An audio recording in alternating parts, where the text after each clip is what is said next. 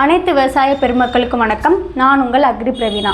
நம்ம என்ன பார்க்க போகிறோம்னு பார்த்தீங்கன்னா, சம்மங்கியில் வரக்கூடிய நூற்புழுவை எப்படி கட்டுப்படுத்தலான்னு பார்க்க போகிறோம். இந்த நூற்புழு தாக்குதல் இருந்துச்சுனாலே வயலில் அங்கங்கே திப்பி திப்பியாக கருகுன மாதிரி இருக்கும். நீங்கள் வேரை பிடுங்கி பார்த்தாலுமே அந்த வேரில் ஒரு முடிச்சு மாதிரி ஏற்படும். பூ கொஞ்சம் வாடின மாதிரி வதங்கின மாதிரி இருக்கும். எப்படி கட்டுப்படுத்தலான்னு பார்த்தீங்க அப்படின்னா, நம்ம ப்ராடக்டான இன்ஃபினிட்டி யூஸ் பண்ணுறது மூலிமா கட்டுப்படுத்தலாம்.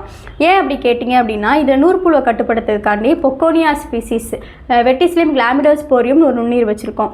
அது மட்டும் இல்லாமல் அனைத்து வகையான சாரஞ்சு பூச்சிகளாக இருக்கட்டும், இலைத்தண்ணு புழுக்களாக இருக்கட்டும், வண்டுகளாக இருக்கட்டும், அனைத்து பூச்சியுமே கட்டுப்படுத்துறதுக்காக நம்ம மெட்டாரைசியம், பிவேரியானா, வெட்டிசிலியம் லெக்கானி, நிமூரியா ரிலேன்னு சொல்லிட்டு மொத்தமாக இதில் 5 வகையான நுண்ணீர்கள் இருக்குது. அது மட்டும் இல்லாமல் நீங்கள் கூட சேர்த்து அல்மைட்டையும் நீங்கள் பயன்படுத்தும் போது செடி உங்களுக்கு ஹெல்த்தியாக இருக்காது. நூற்புழு தாக்குதல்னால நீங்கள் அல்மெட்டியை சேர்த்து கொடுக்கும்போது செடி ஒரு ஸ்ட்ரென்த்தாக இருக்கும். பூ உங்களுக்கு அதிகமாக வைக்கும். எப்படி பயன்படுத்தலான்னு கேட்டிங்க அப்படின்னா, ஏக்கருக்கு 2 பேக்கெட்டு. நீங்கள் ஏக்கருக்கு 10 டேங்க் நீங்கள் ஸ்ப்ரே பண்ணுறீங்க அப்படின்னா 10 லிட்டர் தண்ணியில் 3 நாள் ஊற வச்சு ஃபஸ்ட்டு ஒரு ஸ்ப்ரே கொடுக்கணும். அடுத்து 2 வேறு சிகிச்சை கொடுக்கணும். எத்தனை நாள் இடைவெளின்னு கேட்டிங்க அப்படின்னா, 1வது நாள், 3வது நாள், 6வது நாள் தொடர்ச்சியாக நீங்கள் 3 டோஸ் கொடுத்தீங்க அப்படின்னா நூற்புழுவோட கட்டுப்படுத்துறது மட்டும் இல்லாமல் அனைத்து வகையான சாரஞ்சு பூச்சிகளையும் கட்டுப்படுத்தலாம். வண்டுகளாக இருக்கட்டும், இலைத்தின்னு புழுக்களாக இருக்கட்டும், அனைத்து பூச்சிகளையுமே கட்டுப்படுத்தலாம். விவசாயிகள் நீங்கள் அல்மைட்டி, இன்ஃபினிட்டியும் பயன்படுத்தும் போது சம்மங்கியில் அதிக மகசூலை பெறுமாறு தாழ்மையுடன் கேட்டுக்கொள்கிறேன். நன்றி, வணக்கம்.